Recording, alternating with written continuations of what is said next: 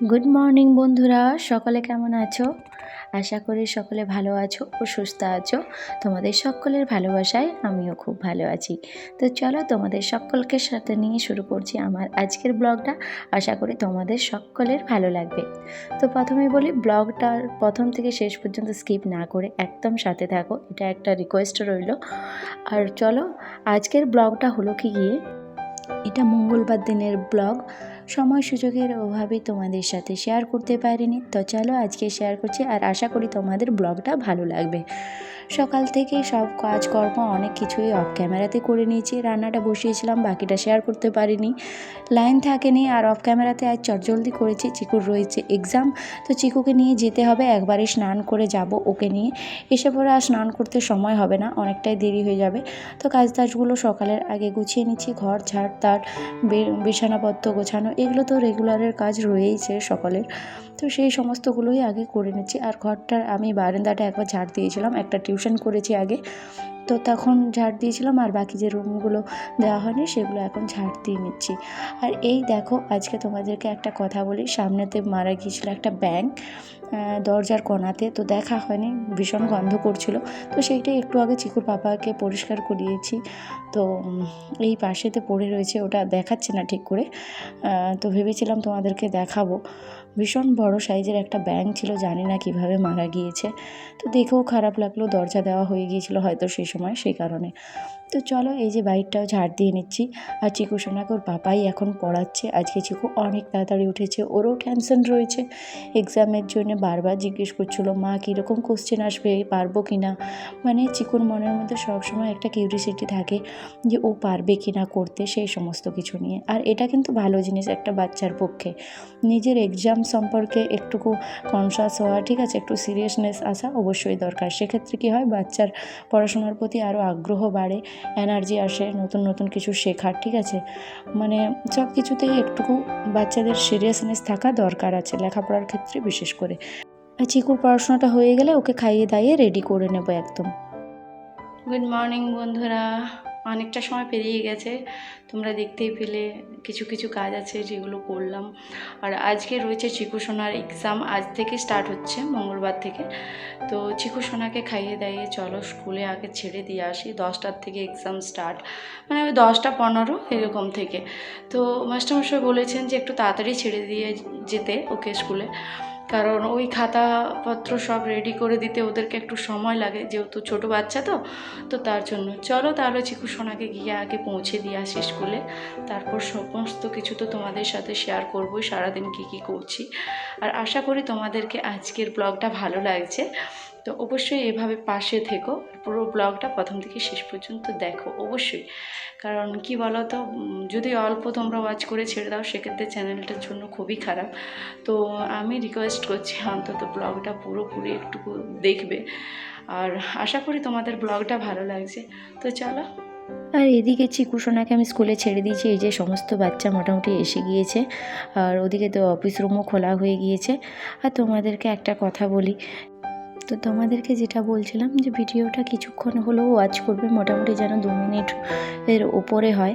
তার আগে হলে কি হবে বলো তো, ওটা কিন্তু চ্যানেলের জন্য খুবই খারাপ।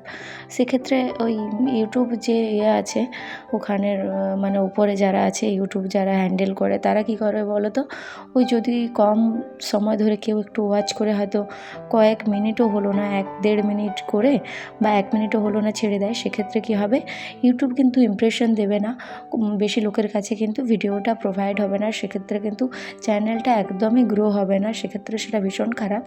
তো সকলে একটু সাপোর্ট করো, অন্তত মোটামুটি যেমন 2 থেকে 2.5 মিনিট হলেও যেন ভিডিওটা একটুকু দেখো, ঠিক আছে, যাতে চ্যানেলটা গ্রো করে। সেক্ষেত্রে হলে কি হবে, এই ভিডিওটা আরও 5টা মানুষের কাছে কি 5-10টা মানুষের কাছে পৌঁছাবে। তাছাড়া কি হবে, এটা মানে কি ভিউয়ার্স হয়তো 30-40টা এসে পড়ে থেমে যাবে, কারণ সেক্ষেত্রে মানে এটা চ্যানেলের জন্য খুবই খারাপ। আর এটাই বেশিরভাগ এখন হচ্ছে, ভিউজ একদম বাড়ছে না চ্যানেলে, কারণ চ্যানেলে একদম ইমপ্রেশন আসছে না। আর তার মেন কারণ হলো এটাই, ওয়াচ টাইম থাকছে না অধিকাংশ ভিডিওতে, মানে মানুষ না দেখেই হয়তো স্কিপ করে চলে যাচ্ছে, সেই কারণে আর কি। তো চলো, এদিকে কাজ মোটামুটি আমি গুছিয়ে নিয়েছি, অনেকক্ষণ বকবক করে নিলাম, তারপর স্নান টান করে চলে এসেছি। আর আজকে রান্না ওই যে বলেছি সকালেতেই সব কিছু গুছিয়ে নিয়েছি। এদিকে ঠাকুর পুজোটা করে নেবো আগে, তার আগে একটু ওই যে হাত পাগুলো টান টান লাগে তো, শীতকাল তো একটু ক্রিম ট্রিম লাগিয়ে নিচ্ছি ভালো করে ফ্রেশ হয়ে। মানে স্নান টান করে পরে যদি একটু ক্রিম ট্রিম না লাগাই, বুঝতেই পারছো একদম হাত পায়ের অবস্থা ভীষণ খারাপ হয়ে যাচ্ছে। তো চলো ঠাকুর পুজোর জন্য ফুল তুলে নিই, তারপর ঠাকুর পুজোটা করে চিকুকে আনতে যাব, কারণ অনেকটা সময় হয়ে গিয়েছে। চিকুর মোটামুটি 12:30টার সময়ই এক্সাম শেষ হয়ে যায়, কারণ মাস্টারমশাই কিছুক্ষণ রাখেন বাচ্চাদেরকে, তারপর ছাড়েন। আর এই যে দেখো, দেখতে দেখতে পুজো শেষ করে একদম স্কুলে এসে পরে ভিডিওটা আরও শুরু করেছিলাম। এখানে গাছটা দেখতে ভীষণ সুন্দর, কিন্তু প্রচণ্ড রোদ এখানে, কি আর বলবো। এই যে স্কুলের কাছে চলে এসেছি চিকু সোনাকে নিতে, এক্সাম প্রায় শেষ হচ্ছে, একটু আগের থেকে এলাম। তো ভীষণ রোদ্দুর, এখানে দাঁড়িয়ে আছি। আর গাছটা তো তোমাদেরকে দেখালামই যে একদম পাতা নেই, কিছু নেই, তো ভীষণ রোদটা লাগছে। তো চলো দেখি এক্সাম শেষ হোক, চিকু কেমন এক্সাম দিয়েছে। তো ওদিকেতে চিকুর এক্সাম শেষ হয়ে যাওয়ার পরে ওকে বাড়ি নিয়ে চলে এসেছি। বললো যে ভালোই হয়েছে, দেখা যাক যেদিন রেজাল্ট বেরোবে কীরকম কী হয়েছে সেদিনই জানতে পারবো।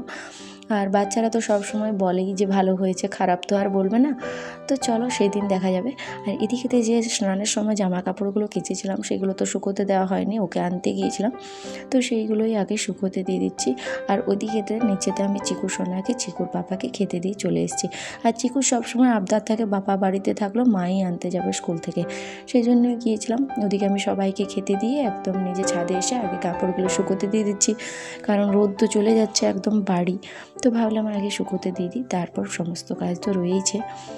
তো চলো, তো চিকু যেহেতু এখন এক্সাম চলছে, সময় সুযোগ করে ভিডিও দেওয়াও হচ্ছে না, তো তোমরা সকলে পাশে থেকো। আর এক্সাম শেষ হয়ে যাওয়ার পরে রেগুলার আবার আগের মতো ভিডিও দেব। আর এদিকে দেখো বিকেল হয়ে গিয়েছে, চিকু সোনা গিয়েছে একটু বাইরে খেলতে, আর চিকুর পাপা গিয়েছে বাজার।